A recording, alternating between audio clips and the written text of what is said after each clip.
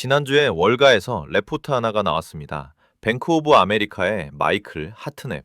월가에서 가장 영향력 있는 전략가 중 한 명이에요.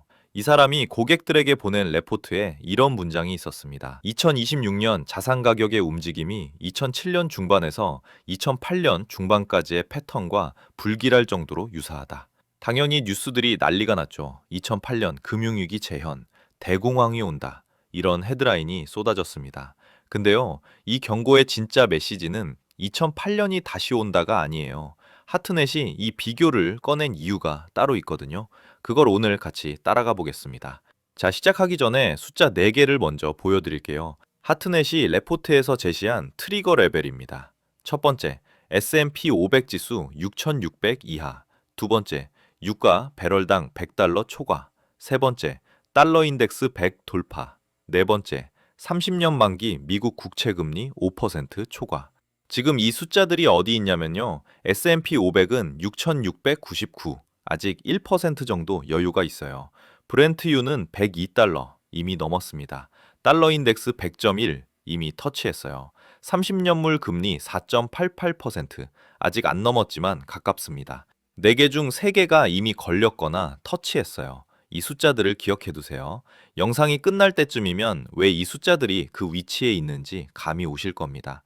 대체 무슨 일이 벌어진 걸까요? 지금부터 파헤쳐 보겠습니다. 자, 먼저 하트넷이 왜 하필 2008년을 꺼냈는지 당시로 돌아가 보겠습니다. 2007년 7월 원유 가격이 배럴당 70달러였어요. 1년 뒤인 2008년 7월 147달러까지 갔습니다. 딱 2배예요. 그 사이에 무슨 일이 있었냐면요. 미국 서브프라임 모기지 시장에서 균열이 생기기 시작했어요. 서브프라임이 뭔지 모르시는 분 계세요? 쉽게 말하면 이거예요. 신용등급이 낮은 사람한테도 집을 담보로 대출을 해준 거예요. 집값은 절대 안 떨어져요. 담보가 있으니까 안전합니다. 이렇게 팔았는데 실제로는 시한폭탄이었던 거죠. 2007년 여름에 베어스턴스라는 투자은행의 헤지펀드 2개가 날아갔고 영국에서는 노던록이라는 은행에서 뱅크런이 일어났어요. 뱅크런이 뭐냐면요. 은행에 돈 맡긴 사람들이 저 은행 망할 것 같아. 내 돈 먼저 빼야 해. 하고 한꺼번에 몰려가서 돈을 찾으려는 현상이에요. 마치 마트에서 라면이 동날 것 같다는 소문이 돌면 한꺼번에 몰려가서 싹쓸이하는 것처럼요. 그리고 2008년 3월에 베어스턴스가 JP모건의 헐값으로 인수됐습니다. 유가가 치솟는 동안 금융 시스템 안에서 골빠 있던 게 동시에 터져나온 거예요. 자, 여기서 기억해야 할 장면이 하나 있어요. 2008년 7월 3일 유럽 중앙은행이 금리를 올립니다. 유가가 너무 오르니까 인플레이션을 잡겠다는 거였어요. 근데요, 공교롭게도 바로 그날이 유가의 고점이었어요. 그리고 74일 뒤에 리먼 브라더스가 파산했습니다.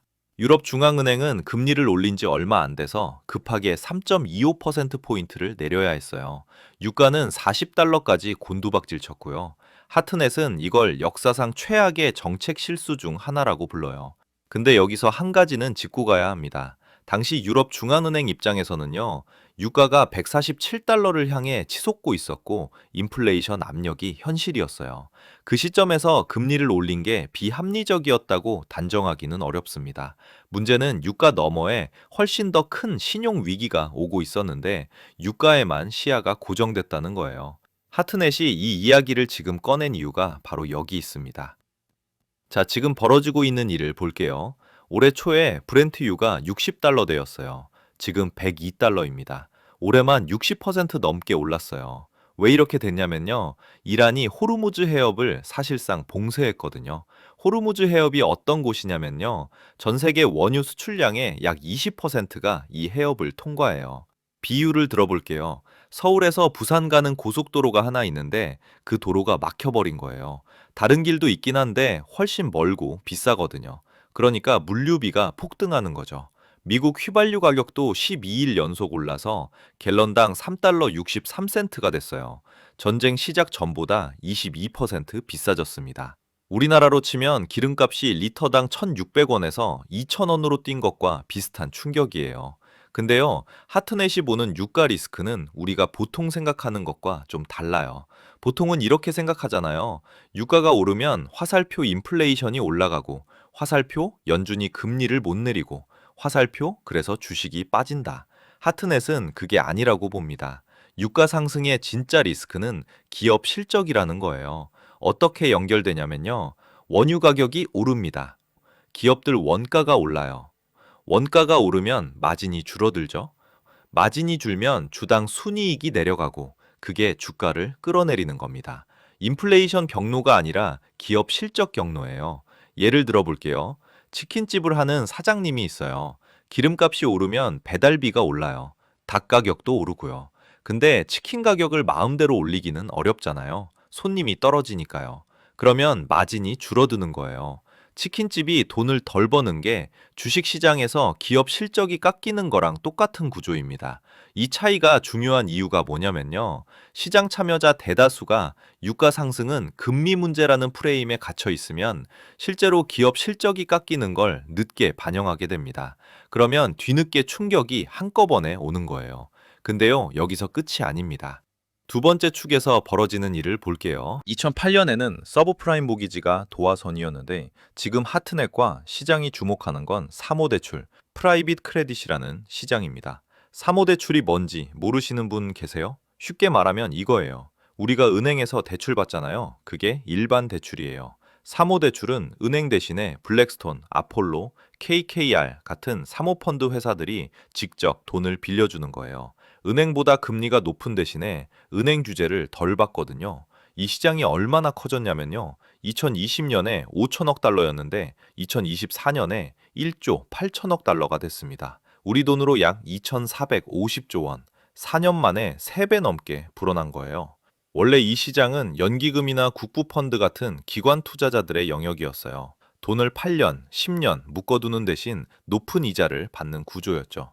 근데 사모펀드사들이 이걸 일반 개인 투자자한테까지 열어버렸어요. 세미리퀴드 펀드라는 걸 만들어서 분기마다 5%까지 환매할 수 있게 해줬거든요. 세미리퀴드가 뭐냐면요. 완전히 묶이는 건 아닌데 그렇다고 언제든 뺄 수 있는 것도 아닌 거예요. 적금처럼 묶이는 게 아니라 분기마다 일부만 찾을 수 있는 구조예요. 이게 2022년 초에 2천억 달러 규모였는데 작년에 5천억 달러까지 올라갔습니다. 이 돈이 어디로 갔을까요? 상당 부분이 중견 소프트웨어 기업들한테 대출로 나갔어요. 소프트웨어 기업은 구독 모델 기반이라 현금 흐름이 안정적이거든요. 매달 구독료가 들어오니까 이자 낼 여력이 있다고 봤던 거죠. 근데 상황이 달라졌어요. AI가 소프트웨어 산업을 흔들기 시작하면서 이 기업들의 미래 수익에 대한 불확실성이 확 커진 거예요. 예를 들어 볼게요.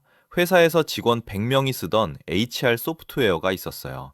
연간 구독료가 1억 원이었는데 AI 도구 하나로 같은 일을 처리할 수 있게 되니까 구독을 끊어버리는 거예요. 그러면 그 소프트웨어 회사 매출이 줄어들고 사모대출 이자를 못 낼 수도 있게 되는 거죠. 실제로 작년 9월에 사모대출로 돈을 빌렸던 자동차 대출업체하고 자동차 부품 회사가 연달아 파산했어요. 그리고 JP모건 CEO 제이미 다이먼이 이때 이런 말을 했어요. 바퀴벌레 한 마리를 보면 더 있을 가능성이 높다. 그리고 실제로 더 나왔어요. 블루아울이 11월에 환매를 제안했고 블랙록이 260억 달러, 우리 돈으로 35조 원짜리 사모대출 펀드에서 환매를 제안했어요. 모건 스탠리도 자기네 펀드에서 환매 상한을 걸었습니다. 투자자들이 돈을 빼달라고 했는데 전액을 못 돌려주겠다는 거예요. 골드만삭스를 2008년 금융위기 때 이끌었던 로이드 블랭크파이는 3월 초에 이렇게 말했어요. 2008년 냄새가 난다. 자, 여기까지 보면 확실히 닮아 보입니다. 유가 급등, 신용시장 스트레스, 환매 압력, 월가 거물들의 경고. 2008년 직전 분위기와 겹치는 부분이 많아요. 그런데요, 여기서 멈추면 그건 공포 마케팅이에요. 닮은 점만 보면 안 됩니다. 어디서 갈라지는지를 봐야 판단이 되거든요. 가장 큰 차이는 레버리지가 어디에 있느냐입니다. 레버리지가 뭔지 모르시는 분 계세요? 쉽게 말하면 빚의 배수예요. 내 돈 1억 원으로 10억 원어치 투자를 한다면 10배 레버리지인 거죠. 2008년에는 은행 자체가 폭탄이었어요. 리먼 브라더스의 레버리지 비율이 30대 1이었습니다. 자기 자본 1달러로 30달러어치 자산을 굴렸다는 거예요. 비율을 들어볼게요. 월급이 300만 원인 사람이 9천만 원짜리 집을 담보 없이 사는 거예요. 자산 가치가 3%만 떨어져도 자기 자본이 전부 날아가는 구조였죠. 지금 미국 대형 은행들은요, 2008년 이후에 강화된 자본 규제 아래 있어요. 레버리지 비율이나 자본 적정성 비율이 그때와는 비교가 안 됩니다. 지금 부실 우려가 집중된 곳은 은행이 아니라 규제 밖에 있는 사모대출 시장이에요. 이게 왜 중요하냐면요. 은행이 무너지면 예금자 수천만 명이 한꺼번에 영향을 받아요. 사모대출 펀드가 무너지면 그 펀드에 투자한 사람들만 영향을 받는 구조예요. 충격의 범위가 다릅니다. 두 번째 차이점은 위험이 퍼지는 경로예요. 2008년 서브프라임이 왜 그렇게 치명적이었냐면요. 위험이 한 곳에 머물지 않고 금융 시스템 전체로 퍼지는 구조였기 때문이에요. 어떻게 퍼졌냐면요. 은행이 주택담보대출을 잔뜩 넣어 모아서 하나의 금융상품으로 묶어 팔았어요. 그걸 투자은행이 다시 쪼개고 섞어서 또 다른 상품으로 포장했고 거기에 이거 망하면 내가 대신 물어줄게 라는 보험까지 덧붙여졌어요. 비유를 들어볼게요. 식당에서 잔반을 모아서 찌개 재료로 쓴 거예요. 근데 그 찌개를 다른 식당의 재료로 팔았고 그 식당은 또 다른 메뉴에 넣었어요. 나중엔 어느 요리에 잔반이 들어갔는지 아무도 모르는 상태가 된 거죠. 결과적으로 돈을 빌려준 은행, 그걸 상품으로 만든 투자은행, 그 상품을 산 연기금 보험을 걸어준 AIG까지 전부 한 줄에 엮여 있었습니다. 어느 한 곳이 무너지면 줄줄이 당겨지는 구조였던 거예요. 사모대출은 구조가 달라요. 펀드가 기업에 직접 돈을 빌려주는 방식이에요. 중간에 복잡한 증권화 체인이 없어요. 한쪽이 무너졌을 때 전 금융 시스템으로 번지는 속도와 경로가 2008년과는 같지 않습니다. 다만 새로운 변수가 하나 있어요. 세미리퀴드 펀드를 통해 들어온 일반 개인 투자자들입니다. 이 사람들은 기관 투자자처럼 8년, 10년을 기다리면서 들어온 게 아니에요.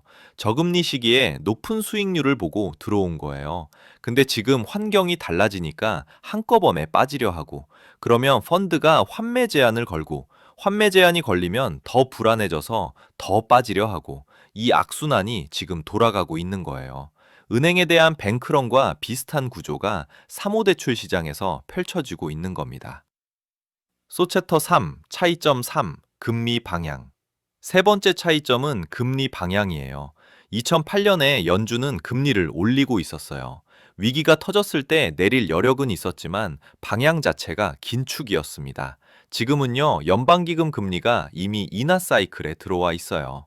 이란 전쟁으로 유가가 치솟으면서 6월 금리 인하 확률이 전쟁 전 100%에서 25%까지 떨어지긴 했지만 상황이 악화되면 연준이 쓸 수 있는 카드. 자, 이제 앞에서 깔아놓은 숫자 4개로 돌아올게요. 하트넷이 4개의 숫자를 제시한 건 그 숫자가 마법의 선이라서가 아니에요. 각 수치가 의미하는 게 있거든요. S&P 500이 6600 아래로 가면요. 소비 심리와 자산 효과가 꺾입니다. 자산 효과가 뭔지 모르시는 분 계세요? 쉽게 말하면 이거예요. 주식 계좌가 1억 원일 때는 저녁에 삼겹살 먹으러 가는데 주식 계좌가 7천만 원이 되면 집에서 라면 끓여 먹게 되는 거예요. 주가가 내려가면 소비가 줄고 소비가 줄면 경기가 나빠지는 거죠.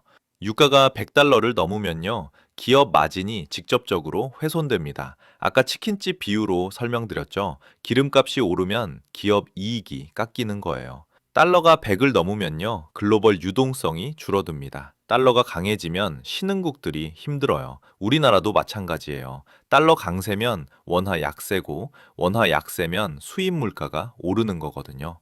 30년물이 5%를 넘으면요, 자금 조달 비용이 위험 수준에 진입합니다. 기업들이 돈을 빌릴 때 금리가 높아지는 거예요. 이 네 가지가 동시에 걸리면요, 백악관이든 연준이든 뭔가를 할 수밖에 없는 구조적 압력이 생깁니다. 관세 완화, 이란 휴전 외교, 긴급 금리 인하, 뭐가 됐든 정책 개입이 올 가능성이 높다는 거예요. 그래서 하트넷의 2008년 비교는 위기가 온다는 경고이기도 하지만 동시에 이 수준에서 정책 개입이 올 가능성이 높다는 메시지이기도 합니다. ECB 반복 경고. 자, 여기서 유럽 중앙은행 이야기로 다시 돌아갑니다. 왜냐하면요, 지금 유럽에서 2008년 7월의 실수가 반복될 조짐이 보이기 때문이에요. 이란 전쟁으로 에너지 가격이 치솟으면서 유럽 인플레이션 압력이 커지고 있어요. 선물 시장에서는 이미 유럽 중앙은행 연내 금리 인상 가능성을 가격에 반영하고 있습니다. 만약 유럽 중앙은행이 유가 인플레이션에 눈이 멀어서 금리를 올리면 어떻게 될까요? 유럽 금리가 올라가면 글로벌 유동성이 줄어들고 달러가 강세로 가고, 그게 신흥국과 리스크 자산을 압박하고 사모대출 환매 압력을 더 키웁니다. 2008년 7월 3일에 유럽 중앙은행이 밟았던 바로 그 경로예요. 하트넷이 역사상 최악의 정책 실수를 지금 소환한 건 과거를 회고하려는 게 아니에요. 지금 그 판이 다시 깔리고 있다는 경고입니다. 그러면 실제로 돈은 지금 어디로 움직이고 있을까요? 하트넷의 포지셔닝을 보면 윤곽이 나와요. 이미 너무 올라서 과열된 자산들, 금, 반도체, 유럽 주식, 은행주, 유가 100달러 이상에서는 매도, 달러 인덱스 100 위에서는 매도, 충분히 빠져서 바닥이 가까울 수 있는 자산들, 소프트웨어 주식, 비트코인, 은행 대출 채권, 30년물 금리가 5%를 넘으면 매수, S&P 500이 6,600 미만이면 매수, 아직 바닥을 잡기 어려운 것들, 매그니피센트, 7대형 기술주, 그리고 사모대출. 자, 여기서 흥미로운 움직임이 하나 있어요. 리테일 투자자들이 공포에 빠져서 환매를 요청하면요, 그 지분을 할인된 가격에 사들이는 세컨더리 펀드들이 있어요. 패밀리 오피스나 대형 기부재단 같은 장기 투자자들이 이 세컨더리 펀드를 통해 들어오고 있습니다. 어떤 경우에는 기존 투자자의 85%부터 90%까지를 교체하는 딜도 나오고 있다고 해요. 비유를 들어볼게요.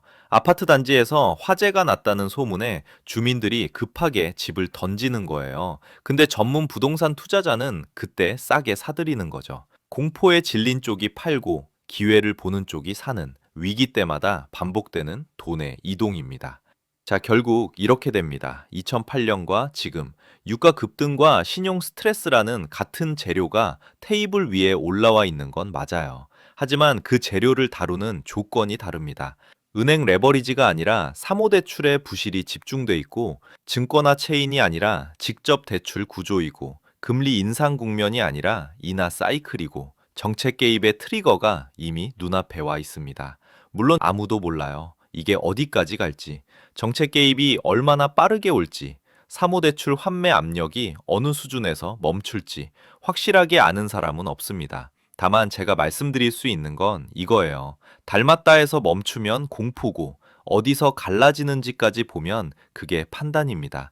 이 판단을 갖고 계시는 게 안 갖고 계시는 것보다 훨씬 낫습니다.